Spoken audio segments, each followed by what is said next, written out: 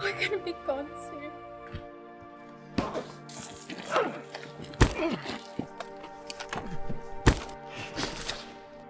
They have one thing on their mind: T-cells.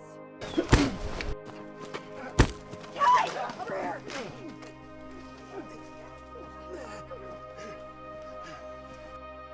What, are you sick or something? The day after tomorrow for this saga. There's not another tomorrow. The chapter ends here.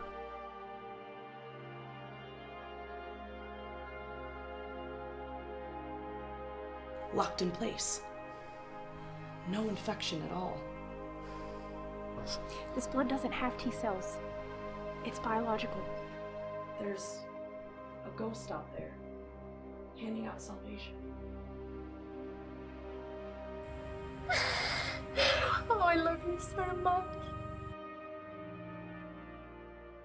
And here we are again on another special episode of Podcast of Traveling Actors with your host, Deacon Gabbard. Brandon Wall. And special guest, Mike Breeding. There it is. So thank you for coming on, Michael. We appreciate you, buddy. So we're going to just go ahead and jump into it, man. So just kind of tell us a little bit about yourself, your background, and how you got into film. Okay, well, I have a construction background. That's really what I've done most of my life. I have a small business and do some remodeling. And it's kind of funny. I have 5 children, and some of them had some needs to where my wife needed to be at home. We'll leave it at that. Yeah. But she needed to be at home, so we struggled off one income for a long time.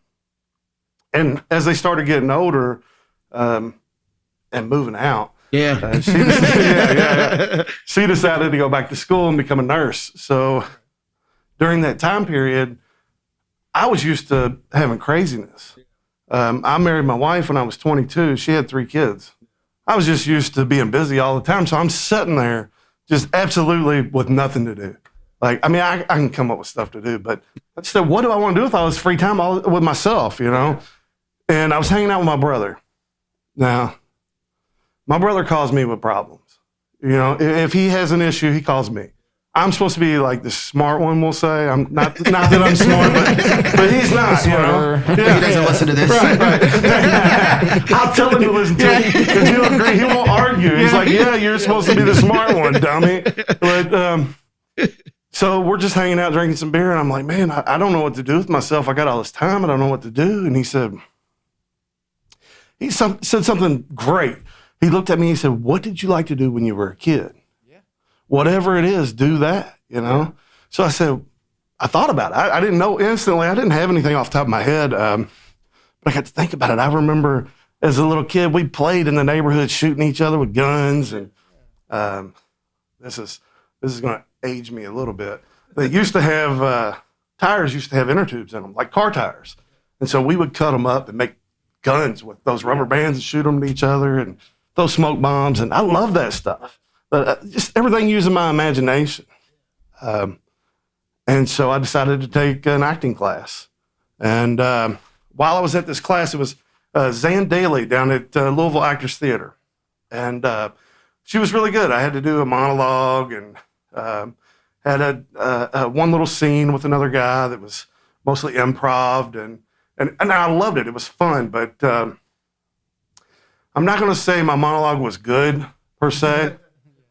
But there were some really bad ones in there, so it made me look like... Makes you feel better, yeah. It made me look pretty good. Yeah. You're like, man, I'm pretty good at this. Yeah. Well, somebody else was in there wanting to make a movie, and he had never made one. And he saw it, and he said, hey, I got this script I'm working on. You'd be perfect for one of the characters. You want to do it? So I'm like, sure, let's do it. And the guy's named Mike McDonald, not from the Doobie Brothers, if you're that old, but different guy. And he had never made a movie, and so we made this really bad short film. But it was a lot of fun, man. That's what you gotta do, though. Honestly, like that's the best way to learn is by doing, especially with film. I mean, like For a long time, I mean, I didn't really do any acting classes, and I regret that now, having, done acting classes for like 4 years. But the best experience is to just be on set and to kind of get thrown in with the wolves. Well, I was going to say too, backing up to where you said you took acting classes. Normally, a normal person who starts acting, they just want to jump into it and they'll look on Facebook and look short films, and they will never take acting classes. So taking that, that avenue of doing the classes and taking that initiative, do you feel like that first acting class you took really shaped you into the actor? Because I know my first acting class I had with Juju Papaye, like that really, like, it stuck with me. Like, it was like, that was the moment I was like, I can do this. And is that something that you feel like helped out a lot, doing an acting class first before jumping into it? It helped. I don't feel like it shaped me per se, but it gave me motivation to realize, hey, I like this. I want to pursue it a little further. At that point, it was still kind of fun. Yeah. Something fun. And it was very introductory. And this guy that was making these films, he was just as bad as me. We didn't know what in the world we were doing. And so we just kept having fun. Yeah. And that's all it's about, honestly, is having fun. I have fun every time I step on it. It doesn't matter if it's an awful set or not. It's a good time. You'll never work a day in your life if you do the thing you love. Yeah, exactly. That's kind of the way we look at it. So now we're talking about feature film. Let's go into the one that you, what did you direct it, produce it? What was your actual role in it? I don't know how many roles I actually had in it yet. It's independent filmmaking. He's going to wait till independent filmmaker. I got so many hats. He basically said, whatever hat you want, just tell me, it'll be in there. So I played the lead in it. Okay. So what's it called? It's called The Road Long. Okay. And so the same guy that I told you about the first film with, we did several films leading up to this. They were all short films. They were all really bad, but each time we kind of progressed a little bit. Yeah. We wanted to try making homemade squibs and shooting somebody. We wanted to try a knife throw, see what it looked like to hit somebody in the chest. We did this little 5-minute film where I threw a knife and then I threw it at myself, and I was playing the two characters. So we just had fun with it. And with The Road Long, we decided we wanted something good where characters, build. Right. They have growth. But we still didn't really technically know how to make a good film, but we could come up with a good story. So I helped him come up with the story. He did the writing. We collaborated on the story. He directed it. We brought in a DP that volunteered time. We had no budget. This was out of his pocket, my pocket. I built all the sets that had to be built. We didn't do a lot of set building, but what had to be done, I came up with props, built props, all of it. We did it all. I bought sound equipment because the first couple films we made, we just had camera sound, and it was bad. It was unwatchable. We had the script that was hilarious, but it was just unwatchable. That's one of those things you definitely learn from experiences, and we talked about this in the last episode, is you have to have good sound. Yeah. It can look as pretty as it wants to, but if it sounds like it's being recorded on... I think you can get away with a not so good picture if you have great sound. Honestly, yeah. I really do. I feel like you can. So where are you at as far as the progress goes with the film? How far along are you? You're in post-production now, right? Yeah, we are in post. Everything's been shot. We probably should have got more B-roll. I wish we would have done that, but we didn't. And there's a couple places where we shot that are no longer there. They don't exist anymore. Oh, wow. Really? They've torn the buildings down. And so there's no going back and getting those shots. Yeah. But I think we have a good story. It's not going to be able to look exactly like it was written. But sometimes that's good. Sometimes it progresses your story. It makes it better. And sometimes it hurts a little. Well, as far as I know, too, I know you got a pretty big stunt in that film. There's a good stunt. It's one of the few things we haven't shown on social media. If you follow The Road Long on Facebook, we haven't shown that one. But it's pretty good. It's a pretty good jump. I'll leave it at that. Yeah. I want to see it. It's awesome. We had some pretty good people doing some makeup too. That real effects, practical effects. That's pretty good. So let's just backtrack for people that don't know the film. What is it about? What is this film about? So when we were trying to come up with this story, we referenced a lot of different things that we wanted to pull from. And for me, one of the things I wanted to pull from was the movie Signs. Yeah. I like Night Shyamalan. Yeah, he's amazing. He's not everything he's made is great in my opinion, but some of the stuff that's good is really good. Really awesome. good, yeah. And so I wanted that flashback. In that movie Signs, it flashes back to her being pinned against the truck. And at the same time, the movie's not really about aliens. It's about Mel Gibson's character's struggle with his faith. And I wanted that depth to the character. And so Mike did a pretty good job of putting that in. I'm not sure it'll translate in the film that we got, but he did a pretty good job of writing that in. Yeah. And so we wrote those flashbacks in throughout the movie. And that's really what it's supposed to, that's the core to me. Of course, I'm a little biased. I did play that character, but it's about his struggle with faith, but it's in a post-apocalyptic type of situation where a disease has taken over. That's the way to do it too, is to write like that, honestly, because it really comes down to the character and the character development. And it reminds me of like True Detective season 1, where it was like what he really wanted to do, I can't remember the writer's name, but what he really wanted to do was like write these philosophies and have people talking. And he's like, well, how do I make this interesting? I'll throw in dead bodies. Then they can just talk and talk and talk. That's really what that show is. If you if you watch, it's a character study between Woody Harrelson and Matthew McConaughey's characters. Yeah. Yeah, and he got some great actors to come in there and do that. I mean, who do you want to listen to talk about? Yeah, for real things, though. Yeah. You know? Well, and it's cool too. Once you, as an audience, you watch a film or you watch a TV show and you start to grow and love these characters. If you have great character development, I mean, you can draw anybody in. I promise you. I mean, the story could be awful, but if the character development and people love these characters, I mean, it could do wonders, honestly. So to hear that, you played this role that it seems like it's a very in-depth role too. I mean, it seems like there's a lot of moving parts in this character and his background. So be able to play that and, have somebody love or be drawn to that character, I mean, that makes a story 1,000% better. True.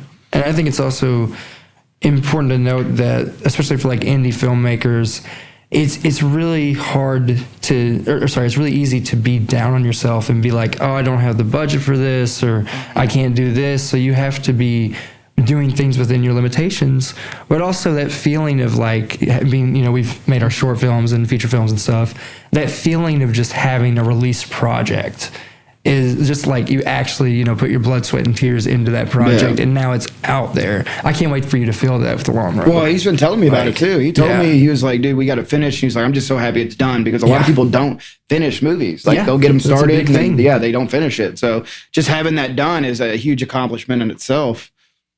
Yeah, I think it's unbelievable, the budget. We haven't done it yet. I'm thinking by the time we get through post, we're going to be $5,000-$6,000 total. Wow. And we have 2 hours and 30 minutes of cut. We got to cut it down under 2 hours. So that's good for that. That's awesome. Yeah. And we had there's a lot of good local actors that worked on this film and volunteered their time. But a big shout out to Clayton Luce.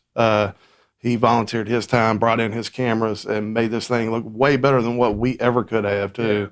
So I think we had this conversation last night.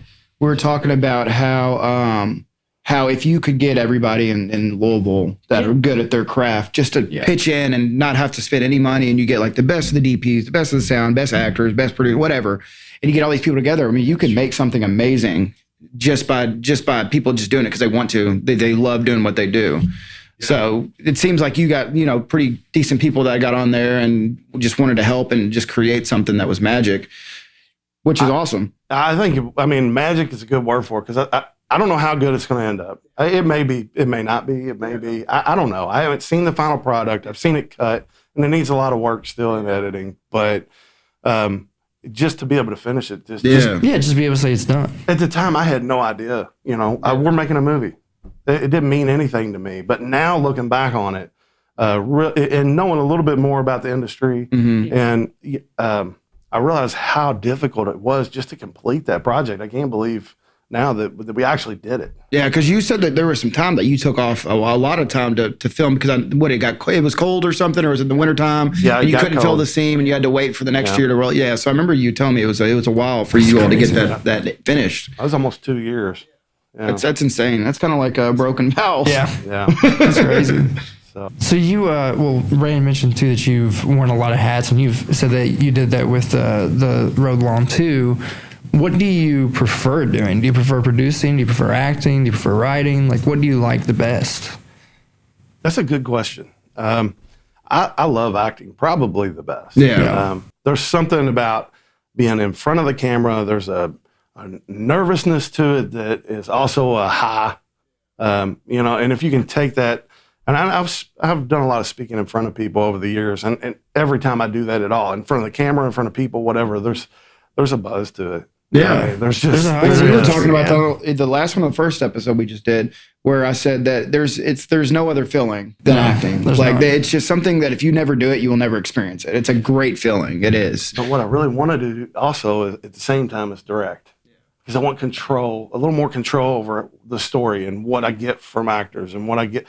I want to do that, and I'm doing some writing. I love to write. It's just finding time to write. Yeah. It's so hard. Man. Yeah, you're So going true. through that right now with the re-editing and revising and what do they call them? And I guess in TV, I just found this out the other day, is yellow pages and pink pages when you send that off for revised scripts. We are on the third draft of Deep Within the Caves. We started writing that all the way the October before last year. Yeah. So that'll tell you right there. Yeah, and writing. we're about to get director notes and another producer note, and then that'll be the fourth draft. And hopefully after that, we will just have the final, like you said, like blue and yellow pages. But it takes a lot. Just getting it finished is the hardest part. Just finishing the entire script and then going back, it gets a little easier as you go. But just getting the script finished to begin with is extremely hard. So what do you have anything going on now? Do you have any auditions that you have coming up or anything that you have already? I haven't seen a lot of stuff. I'm trying to be a little more picky. And Yeah. Yeah, We I were was just just talking talking about about that literally too, just yeah. talked about that. Yeah. It's going to get busy for me, and I'm not at a point where I'm still learning a lot. I'm volunteer to PA on stuff so that I can get experience with grip and different things. And so I maybe can actually, make a living doing something in this industry. But for now, I'm not. So it's hard to find time. So if I do, I want to use my time wisely as to what jobs I take. So And you get a lot of auditions, so you definitely have a look. You have a look that people would kill for. Honestly, I think it's very unique. So I feel like you have the opportunity to be selective on what you do because you do have a look that people do look for. So yeah, I'm not for every job either. yeah, I mean, yeah. But you definitely have that very distinct like mobster or a corrupt pastor. Like I could see that stuff. Like so you have a look for sure. So it's the selective is the right thing to say because especially around here, it's hard to find things that are actually worth time doing, if that makes sense. Whether it is the director of photography, with the work of it, or if it's like the pay or whatever, it's hard to find it. So being selective, I mean, and that's you the thing have to around here. I think people don't really understand if you're not in the industry too, is like you're not giving up the days that you're going to be on set. You're giving up all the time that you got to break down the script, you got to rehearse, all the different things. Yeah. And actually, I just wanted to kind of go back a little bit because you did mention like we've had some podcasts about anxiety and stuff, especially when it comes to film and being in front of the camera. When you first did your acting class, did you like feel any anxiety towards that, or did you kind of just jump in there like, oh, this is gonna be fun? Like, how'd that work? I jumped in like it was going to be fun, but still to do a monologue in front of 30 people, there's still a nervousness to it. I don't know if anxiety is the right word for that. For me, particularly, nervous energy maybe would be better. Just because to me it's an adrenaline rush. I love it. I love the feeling, but there's still a nervousness to it. There is. Yeah. So what do you struggle with sometimes? Like if there's a new actor that's listening and you're listening to this, like what do you feel like you wish you could have done different getting into it and starting off, or what advice would you give somebody that's starting off? Don't be in a hurry. People want to hurry. They want to take on stuff that's too big for them. And honestly, the Road Long is where the process of writing that, and not that I wrote it, but helping with the story and making that movie over the course of those 2 years, I really fell in love with the whole process. And that's when I said, hey, I want to pursue this further. I love this. I love every part of it. And so that's when I decided I want to take some more classes. I started some Meisner classes. I'm doing some Meisner Advance and finding some people who can help me develop some skills. Yeah. Because I wish I would have had those and some of the other stuff I've done. Yeah. I like that hurry though. I guess we really hadn't talked too much about that either. We talked about it a little bit, like when I was like, it takes 10 years coming over to success or whatever. Just done for 12 years. Because a lot of people do, and it's funny because I listened to a interview with Shia LaBeouf when he first started, and it never turns out like this. This is a very rare situation, but he was talking about how he had his first audition. Somebody was like, "Hey, I think you could be an actor. You have the look." And he was like, "Okay, I've never done it before. I've never taken any classes or whatever, so I guess I'll give it a try." So he actually auditioned for Even Stevens, which was on Disney Channel, I guess is what it was. And his first audition, he booked it. Very first audition, and he blew up from there. So it was like, that doesn't happen all the time. So people don't understand taking classes first, getting that down, getting your foundation down. And obviously not everybody's going to, take on Meisner or take on method or take on whatever it could be, but you take bits and pieces of that. If you build your acting and who you are and taking who you are as a person and instilling these classes and then jump into acting, I mean, there's a big difference between jumping into it and taking classes for sure. Yeah, well, another quote that comes to mind is like, it's luck meeting opportunity. Yeah. So like there is a little bit of luck involved, obviously, with this job. I mean, you have no control over what projects are available at what time, but what you can control is, have you been preparing? So like even with the strike, I know I was in class like every month. Yeah. Because I just wanted to make sure that I was building that skill set, like you said, so that when the strike is over and we are starting to get this flood of auditions, we can get straight into it. And that's like how you booked your network role we'll talk about later. Yeah, and then another thing too is as far as like not being prepared, and this is just a story that I remember hearing somebody tell me. I was on set of The Devil Below, and apparently this guy did an audition. It was a self-tape, which is weird because it was before COVID. I actually didn't even know they did self-tapes before COVID. But they did a self-tape. He booked it. He got on set. He's never done anything in his life. And he was so nervous. He got on there. He didn't take any classes or anything. So he's standing in the middle. They say action, and he freezes up. He doesn't know what to do. He doesn't know what to say. Like, he just stands there. They're like, all right, cut. Let's do it again. They're like, are you okay? Whatever. And he's like, yeah, I'm good. Like, action. He starts acting. It was awful. So they gave him like 4 or 5 times, and they fired him.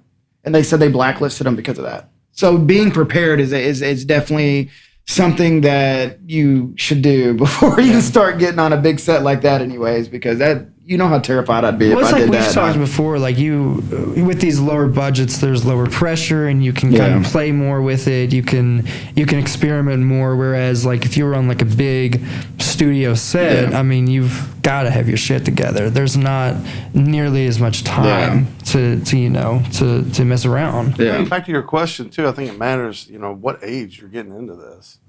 I'm not as young as you guys. I say be patient, but I can't be quite as patient as you can. I don't have that much time. I don't know. Samuel L. Jackson started pretty old. He started really old. Yeah, Morgan Freeman was another one that kind of started a little older as well.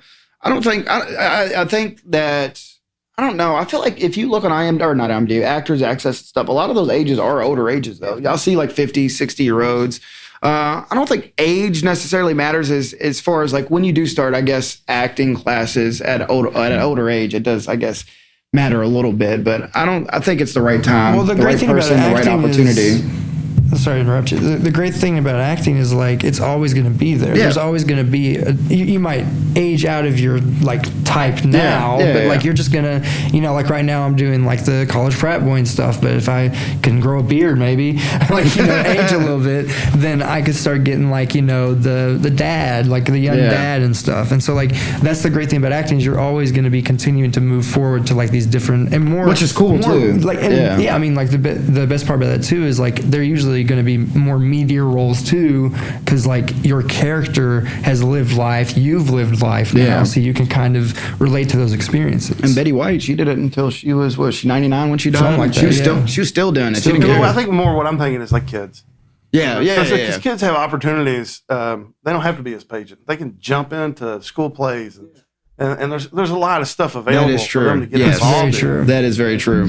And I think also with the self-tape era that we live in now, they do a lot of Zoom classes too. So I Yeah, think that actually a lot. opened up a lot of opportunity for people who are at home and they can't travel and go to these places to be able to act and get these classes online. So I think it opened up a lot of opportunities for people like us who can't always travel and do stuff like that, which is cool. Yeah. You got anything else? Do you have anything you want to plug, Michael, that you have like coming out or anything? The biggest thing right now is still the road long. Yeah. I don't know when it's going to be done. It'll be done this year, though. But there's like a That's Facebook page that people can go Yeah, to. there's and a stuff. Facebook page. The road long. I got to check. There's two of them, but one of them we started one page just kind of for cast during shooting. Is a way to communicate, but I want to check and make sure I give the right one. You I can can't also find it. send me the link and we can like put it Yeah, we'll put underneath it in on there for video sure, too. Yeah, So people absolutely. can go There's to it. there's some scenes and stuff from the movie in there, the trailers in there. But I do want to make sure We I could give the probably right even one. clip in the trailer on this too, We for will. real. That'd I'll be add kind the of cool. trailer on. Yeah, that'd be I like awesome. to, I know like when we did the audio version only, I did like some snippets of like the stuff that they were in. So I'll do that for sure for like the video one. We'll That'd have be the cool. trailer at the beginning. That'd be really cool, actually. Well, I don't know because I don't have. I'm not There's no getting Facebook service in page. here. Never mind. So I'll say it both ways. It's the road long, capital T, capital R, capital L, or it could be the road long, lowercase T R L. There you go. You'll find it one way or another. Yeah. Well, Michael, we appreciate you, brother, coming thank on you here so much and for coming talking. on, man. Yeah, that was awesome. Yeah, thanks for having me. Yeah, man. I appreciate it. All right, until next time. Until next time.